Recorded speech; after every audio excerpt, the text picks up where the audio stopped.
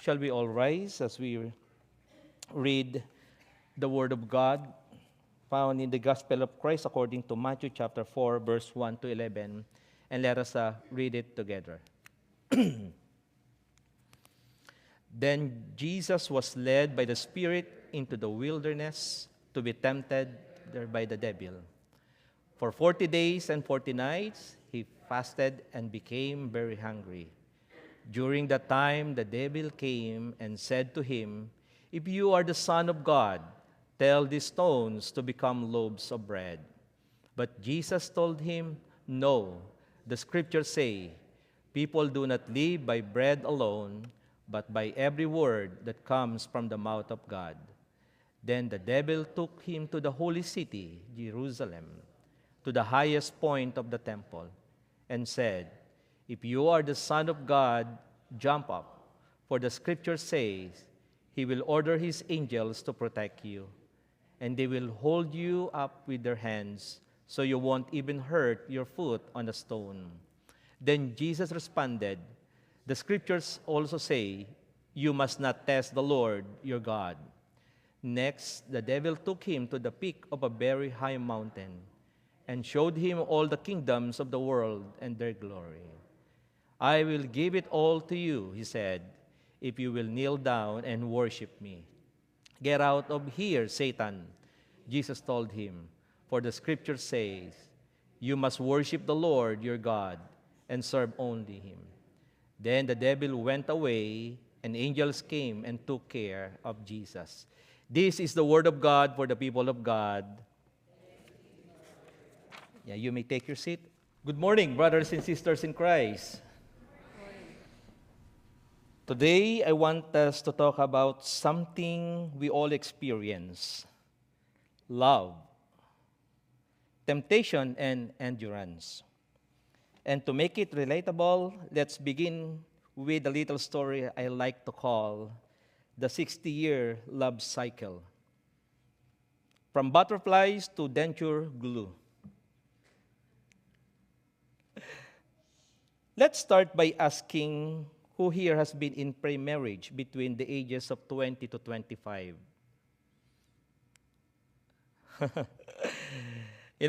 During this period, young love is full of excitement. He opens every door, and she laughs at all his jokes, even the bad ones. They send each other good morning, good night, and dozens of emojis throughout the day. And the temptation is easy to resist because they only have eyes for each other. At this stage, love says, "You are my everything." Now, who has been married for 1 to 5 years? The newlyweds. They call each other baby, sweetheart, and argue about who loves the other more. They take hundreds of photos on a single vacation, and the temptation might show up, but they are too busy sharing couple selfies to notice. And love at this point says, "We are one." Now let's look at 6 to 15 years of marriage. Everyday life takes over with chores, bills, and kids. Romance becomes sharing the housework. He forgets anniversaries, and she reminds him ahead of time. And the temptation says, "Marriage is hard." But faith replies, "Yes, but love is stronger."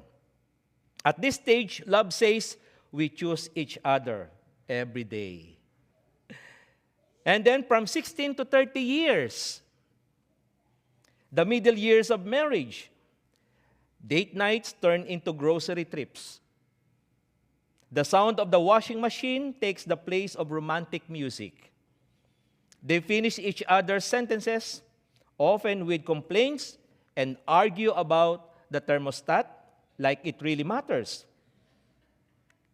Temptation might look like someone who says to listen better, but real love remembers all the tears, prayers, and memories shared. And love says, we've been through too much to quit now. And then from 31 to 45 years, the kids move out. Suddenly, it's just the two of them again. They get to know each other all over, travel together, walk a little slower, but hold hands even longer. And the temptation fades away because they are such close friends. Love says, you're still my person. And finally, 46 to 60 years, the golden years arrive. He can find his glasses, even though they're on his head. She repeats the same story, and he listens as if it's the first time. And romance now means sharing medicine schedules, cutting food into small pieces, and asking, did you take your pills? Temptation can't compete with the loyalty, memories, and years they've shared together. And love says, I don't just love you, I belong with you. What is the point? Young love resists temptation with passion. Mature love resists temptation with commitment.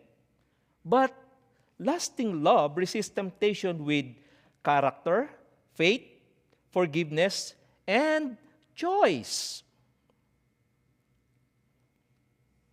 Anyone can fall in love, but it takes God's grace to stay in love for many years. Do you agree? And that, brothers and sisters in Christ, love that resists temptation. Let us try to connect this to our walk with life, with our God. Temptation is not just about marriage. It's about heart.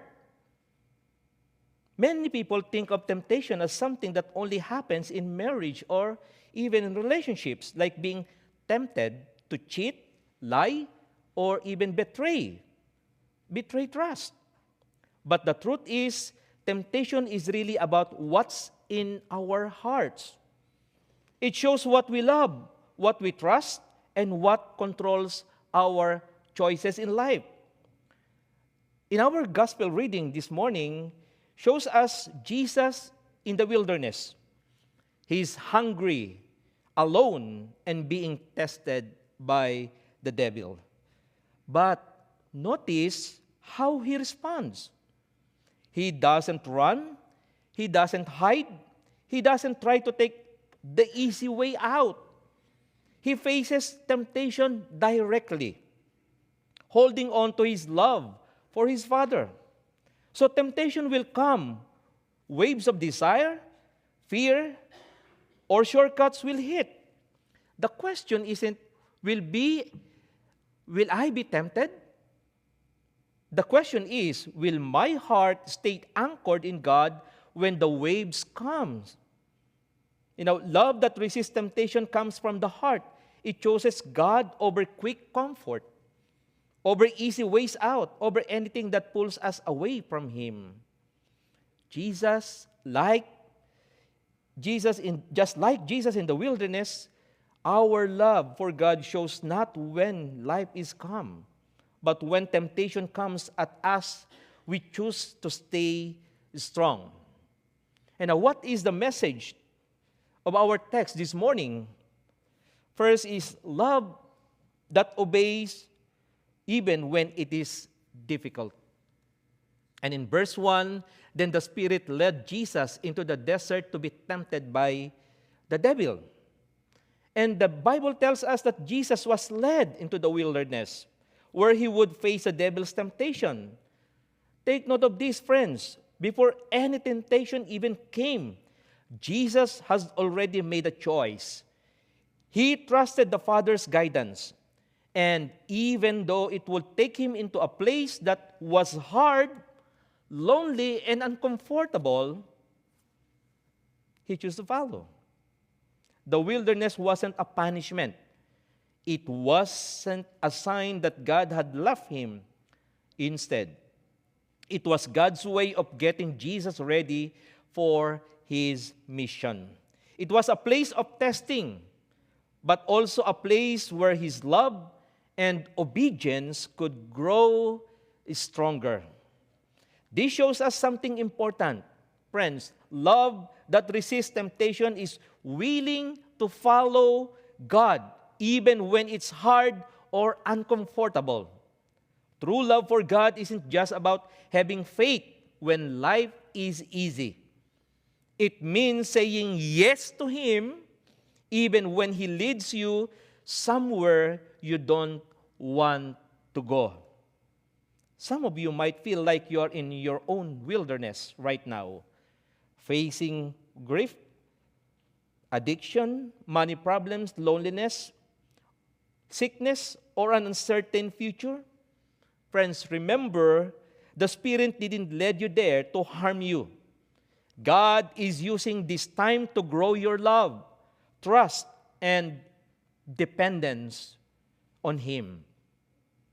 The first step in resisting temptation is often not running from the hard place, but instead saying, Lord, I will follow you even here.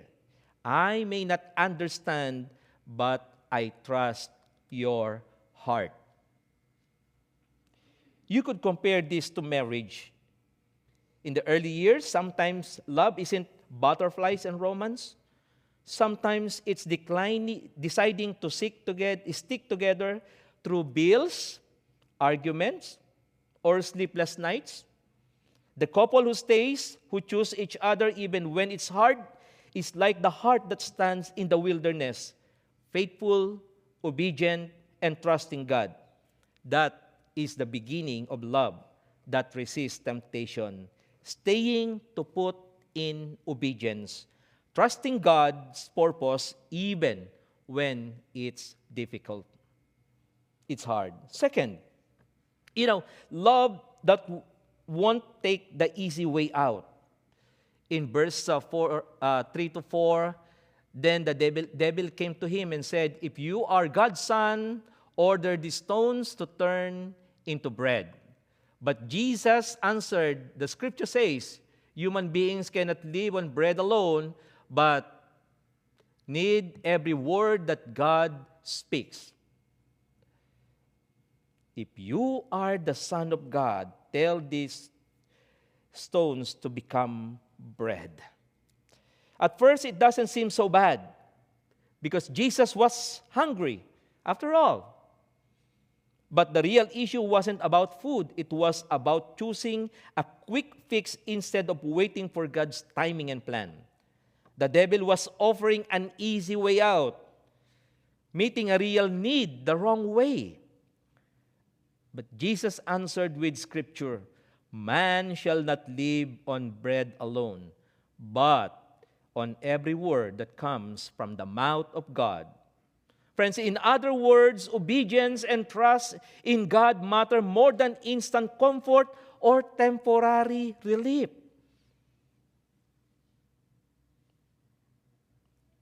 Love that resists temptation chooses faith instead of just what we want, and obedience instead of what is easiest. And what it means to us. Sometimes in marriage, this could mean staying faithful even when emotional comforts tempts you to look elsewhere. At work, it might mean being honest rather than taking shortcuts or lying to get ahead. In life, it could mean trusting God instead of trying to hide pain with distractions, drinking, or even bad habits. Love that resists temptation isn't about avoiding hunger or hard times. It's about choosing God over every shortcut in life. The next one,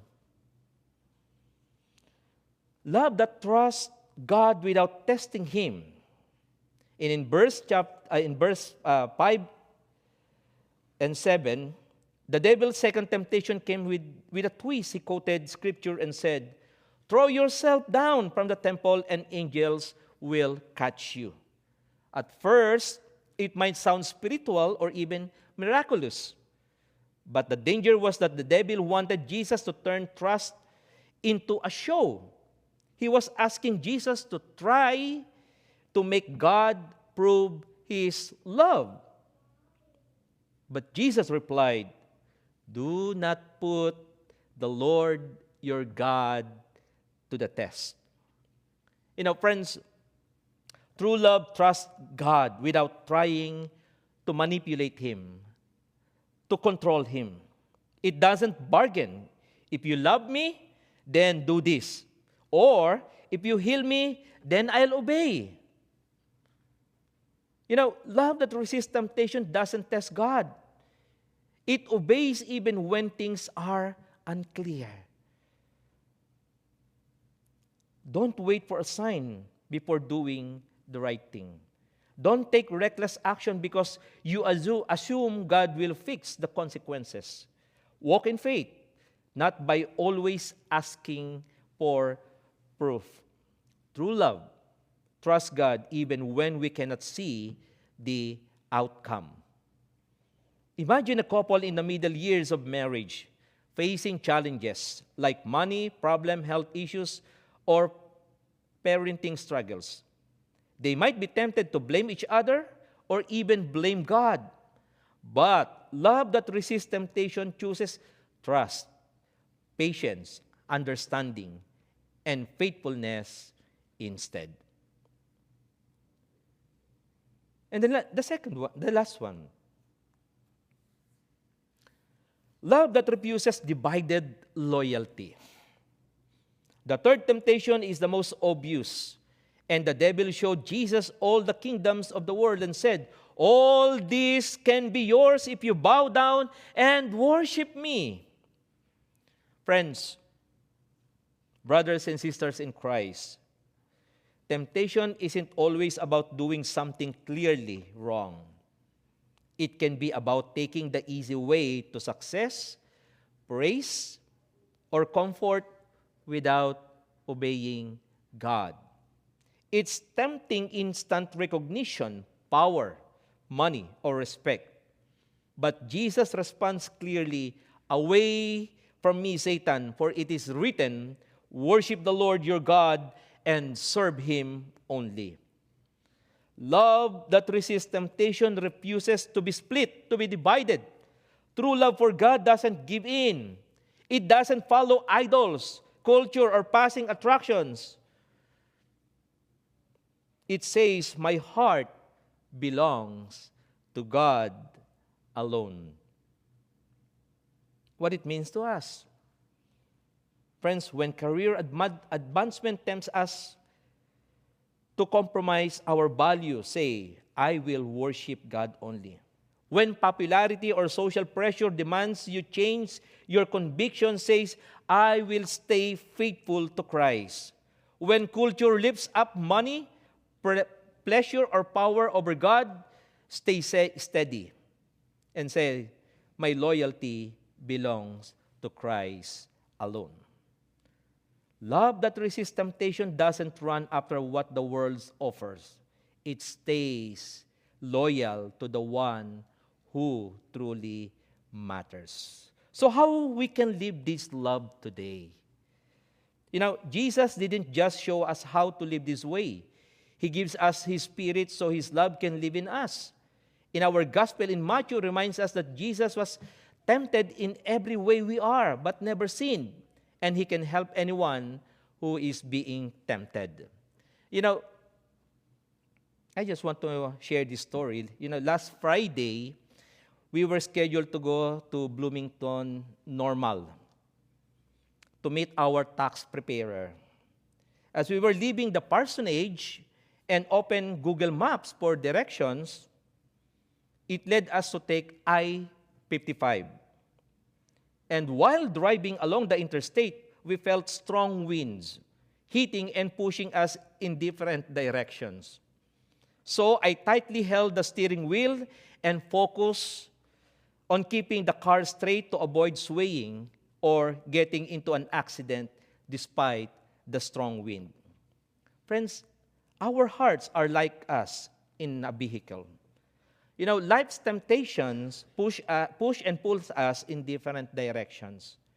But when our heart is anchored in God's love and truth, we can resist failing. So what we should do, stay close to the scripture. Jesus answered every temptation with God's word. Fill your mind with his promises before temptation comes. Stay submitted to the Spirit. The same Spirit who led Jesus can give you strength in your own wilderness. Stay centered on worship. The more you focus on God, the less appealing idols and shortcuts will seem. And when your heart is grounded in God's Word, led by Spirit, and focus on Him, it will stay strong, keep going, and love, even when temptation comes in your life. In the name of the Father, and of the Son, and of the Holy Spirit. Amen and amen.